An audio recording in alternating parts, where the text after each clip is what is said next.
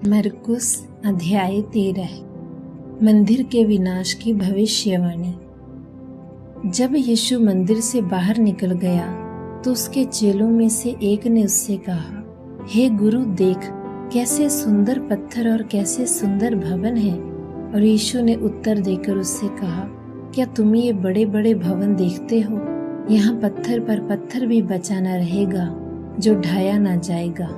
और जब वह जैतून पर्वत पर मंदिर के सामने बैठा था तो पतरस और याकूब और यूहन्ना और अंद्रियास ने एकांत में उससे पूछा, हमें बता कि ये बातें कब होंगी और जब ये सब बातें पूरी होंगी उस समय का क्या चिन्ह होगा? यीशु उन्हें ये कहकर उत्तर देने लगा, सावधान रहो कि कोई तुम्हें ना भरमाए, क्योंकि बहुत से मेरे नाम में आएंगे, कहेंगे मैं मसीह हूँ, और बहुतों को भरमाएंगे।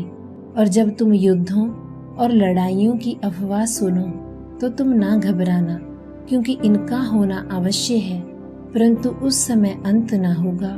क्योंकि जाति के विरुद्ध जाति उठेगी और राज्य के विरुद्ध राज्य, और अनेक स्थानों पर भूचाल होंगे और अकाल पड़ेंगे और विपत्तियां आएंगी। ये तो पीड़ाओं का आरंभ होगा। परंतु तुम अपने विषय में चौकस रहो, क्योंकि लोग तुम्हें महासभाओं में सौंपेंगे और यहूदी आराधनालयों में तुम पीटे जाओगे, और मेरे कारण तुम शासकों और राजाओं के आगे खड़े किए जाओगे कि उनके सामने गवाही हो। और अवश्य है पहले सुसमाचार सब जातियों में प्रचार किया जाए, परंतु जब वे तुम्हें ले जाकर सौंपेंगे तो पहले से चिंता न करना कि हम क्या कहेंगे, परंतु जो कुछ तुम्हें उसी घड़ी बताया जाए वही कहना, क्योंकि बोलने वाले तुम नहीं परंतु पवित्र आत्मा है। उस समय भाई को भाई और पिता को पुत्र घात के लिए सौंपेंगे, और बच्चे माता पिता के विरोध में उठकर उन्हें मरवा डालेंगे। और मेरे नाम के कारण सब लोग तुमसे बैर करेंगे, परंतु जो अंत तक धीरज धरे रहेगा उसी का उद्धार होगा। महासंकट काल। परंतु जब तुम दानियेल भविष्यद्वक्ता द्वारा बोली गई उस उजाड़ने वाली घृणित वस्तु को जहाँ उचित नहीं वहाँ खड़ी देखो, पढ़ने वाला समझ ले। तब जो यहूदिया में हो वह पहाड़ों पर भाग जाए, और जो घर के ऊपरी भाग पर हो वह नीचे घर में न आए, ना ही कुछ लेने को अपने घर में प्रवेश करे। और जो खेत में हो वह अपना कपड़ा लेने के लिए पीछे न लौटे।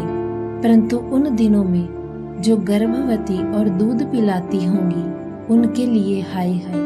और प्रार्थना करो कि ये जाड़े में ना हो, क्योंकि वे दिन ऐसे कलेश के होंगे कि सृष्टि के आरंभ से जो परमेश्वर ने सृजी है अब तक ना तो हुए और ना फिर कभी होंगे।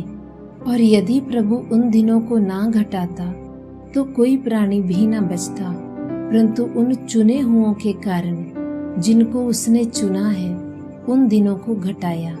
और उस समय यदि कोई तुमसे कहे, देखो मसीह यहाँ है या देखो वहाँ है, तो विश्वास न करना, क्योंकि झूठे मसीह और झूठे भविष्यद्वक्ता उठ खड़े होंगे और चिन्ह और अद्भुत काम दिखाएंगे कि भरमा दें, यदि संभव हो तो चुने हुओं को भी।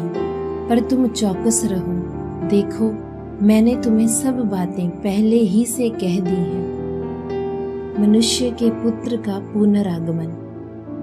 परंतु उन दिनों में महाक्लेश के बाद सूर्य अंधेरा हो जाएगा और चांद अपना प्रकाश ना देगा, और आकाश से तारागण गिरने लगेंगे और आकाश की शक्तियां हिलाई जाएंगी। और तब लोग मनुष्य के पुत्र को बड़ी सामर्थ्य और महिमा के साथ बादलों में आते देखेंगे। और तब वे अपने स्वर्गदूतों को भेजकर पृथ्वी के इस शोर से आकाश के उस शोर तक चारों दिशा में अपने चुने हुए लोगों को इकट्ठे करेगा। अंजीर के पेड़ का उदाहरण। अब अंजीर के पेड़ से ये दृष्टांत सीखो, जब उसकी डाली कोमल हो जाती और पत्ते निकलने लगते हैं तो तुम जान लेते हो कि ग्रीष्म काल निकट है। इसी रीति से जब तुम इन बातों को पूरा होते देखो तो जान लो कि वह निकट है, वरना द्वार ही पर है। मैं तुमसे सच कहता हूँ कि जब तक ये सब बातें पूरी ना हो लेंगी, तब तक ये पीढ़ी जाती ना रहेगी। आकाश और पृथ्वी टल जाएंगी, परंतु मेरी बातें कभी न टलेंगी। जागते रहो। परंतु उस दिन या उस घड़ी के विषय में कोई नहीं जानता, ना स्वर्गदूत और ना जो स्वर्ग में है, ना ही पुत्र, परंतु केवल पिता। तुम सावधान रहो, जागते और प्रार्थना करते रहो, क्योंकि तुम नहीं जानते कि वह समय कब आएगा। क्योंकि मनुष्य का पुत्र उस मनुष्य के समान है जो दूर यात्रा पर जा रहा हो, जो परदेश जाते समय अपना घर छोड़ जाए और अपने दासों को अधिकार दे और हर एक को उसका काम जता दे और द्वारपाल को जागते रहने की आज्ञा दे। इसीलिए जागते रहो, क्योंकि तुम नहीं जानते कि घर का स्वामी कब आएगा, सांझ को या आधी रात को, या मूर्ख के बांग देने के समय या भोर को। ऐसा ना हो कि वे अचानक आकर तुम्हें सोते पाए। और जो मैं तुमसे कहता हूँ वही सबसे कहता हूँ, जागते रहो।